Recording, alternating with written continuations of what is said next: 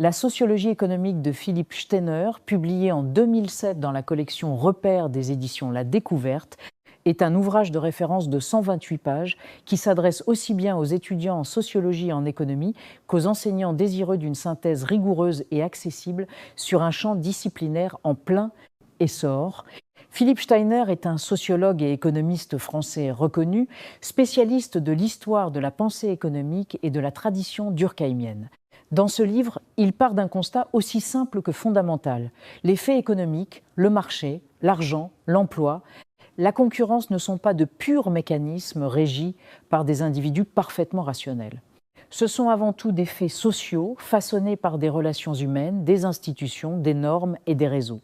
La question centrale de l'ouvrage est donc la suivante. Pourquoi les économistes ne peuvent-ils pas tout expliquer seuls et qu'apporte la sociologie à la compréhension de la vie économique? Pour y répondre, Steiner structure son ouvrage en 5 chapitres progressifs. Il commence par retracer les origines historiques de la discipline, en convoquant les grands théoriciens fondateurs que sont Pareto, Durkheim et Weber, qui, dès la période 1890 à 1920, ont senti les limites de l'économie pure et ont cherché à y intégrer la dimension sociale. Il montre ensuite comment la sociologie économique a connu un renouveau puissant à partir des années 1980 en réaction aux insuffisances de la théorie économique dominante face à des réalités de plus en plus complexes. Le cœur de l'ouvrage porte sur la construction sociale des marchés, à travers des exemples concrets et frappant le marché aux fraises en Sologne, l'industrie électrique aux États-Unis, le commerce de détail, comparé entre la France et le Japon. Steiner démontre que les marchés ne tombent pas du ciel. Ils sont construits, organisés et maintenus par des acteurs collectifs, des règles institutionnelles et des rapports de force sociaux.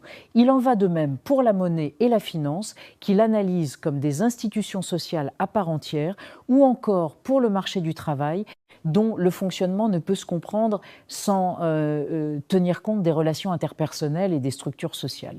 C'est précisément là qu'intervient le concept clé de l'ouvrage, l'encastrement social, emprunté au sociologue américain Mark Granovetter.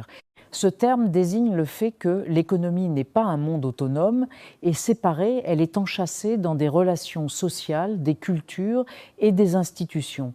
Steiner approfondit cette idée en montrant comment les réseaux sociaux structurent les marchés, comment on trouve un emploi grâce à ces relations, comment la confiance et le capital social influencent les échanges, comment des liens en apparence faibles peuvent s'avérer décisifs dans une carrière ou dans la formation des prix. Dans son dernier chapitre, Steiner pousse la réflexion jusqu'à la dimension cognitive. Il s'interroge sur les connaissances et les croyances collectives qui permettent aux acteurs d'agir sur les marchés, notamment financiers, et sur la manière dont la sociologie économique enrichit notre compréhension de ces mécanismes souvent opaques. Au terme de cette lecture, le message de Philippe Steiner est clair et stimulant. Comprendre l'économie, c'est comprendre la société. L'économie n'est pas une machine froide, obéissant à des lois universelles et abstraites, elle est le produit d'histoire, de culture, de réseaux et de rapports de pouvoir. C'est ce regard croisé, à la fois économique et sociologique, qui fait de cet ouvrage un incontournable pour quiconque souhaite penser le monde dans lequel il vit avec davantage de profondeur et de lucidité.